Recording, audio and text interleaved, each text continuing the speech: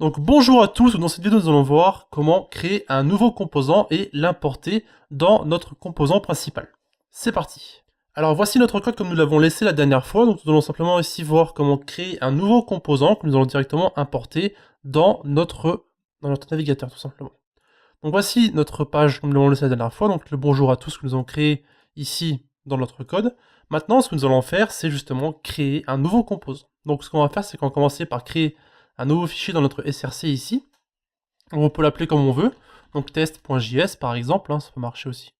Ensuite, on va avoir besoin d'importer la même chose que dans notre fichier app.js. Donc on va devoir importer React, notre component et créer notre classe, puis l'exporter. Et ensuite, on pourra l'utiliser directement dans notre code ici à l'intérieur. Donc ce qu'on va faire, ça va être très simple. On va faire un copier-coller de ça. Et là, on va simplement exporter le nom de notre composant. Donc ici, le composant s'appelle test. Donc ce qu'on va faire, c'est qu'on va le renommer pour que ce soit un peu plus clair. Donc on va l'appeler test compo. Voilà, pour que ce soit plus clair pour vous. Donc ici, les deux class name, donc ici, pas le class name du coup, mais le app en haut, on va l'appeler test compo. Et celui-là, on va l'appeler test compo aussi. Voilà. Et maintenant, du coup, on va pouvoir changer le class name. Du coup, celui-là, on va mettre, on peut mettre ce qu'on veut en fait. Donc, on va changer ça, hop là. Et le constant, on va mettre ici test compo. Donc, on va le laisser en minuscule. Et là, on va mettre simplement 3 divs. Donc, on va mettre la première div ici. On va en mettre 3. Et on va mettre ici, on va mettre une petite description. Donc, nom, Alex, alors, tout simple, âge, N6. Et on va mettre sexe. Alors, on va mettre masculin. Voilà. On sauvegarde. Et donc maintenant qu'on a créé en fait notre fichier ici, on l'a exporté dans notre application et on va maintenant pouvoir justement l'importer directement dans notre composant principal.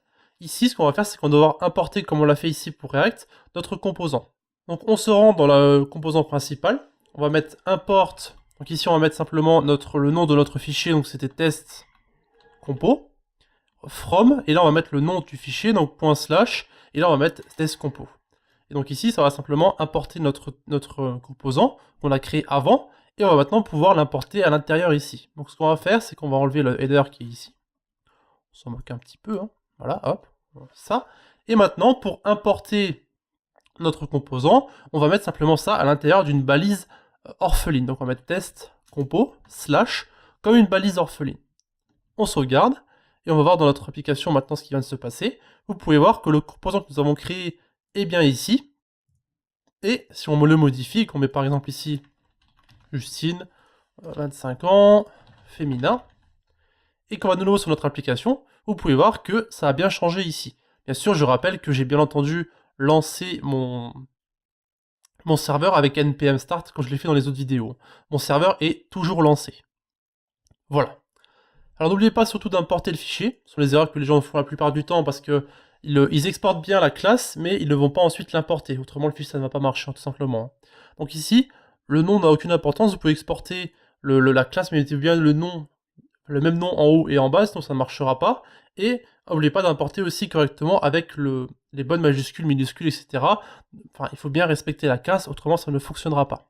Donc c'était tout pour notre petite vidéo sur les composants, donc comment créer un nouveau composant et l'importer. Donc on va commencer à accélérer de plus en plus afin de pouvoir s'attaquer à la création d'un petit projet, afin de pouvoir justement finaliser cette petite série qui est bien sympathique. Donc merci d'avoir regardé cette vidéo, et si vous avez une question à poser, vous avez les commentaires de YouTube, vous avez directement le Discord de la communauté, et je vous retrouve dans un instant pour la prochaine vidéo. A de suite. De plus, n'hésitez pas à visiter nos différents réseaux, donc eux aussi dans la description, Discord, notre blog, Facebook, Twitter, Google+, etc.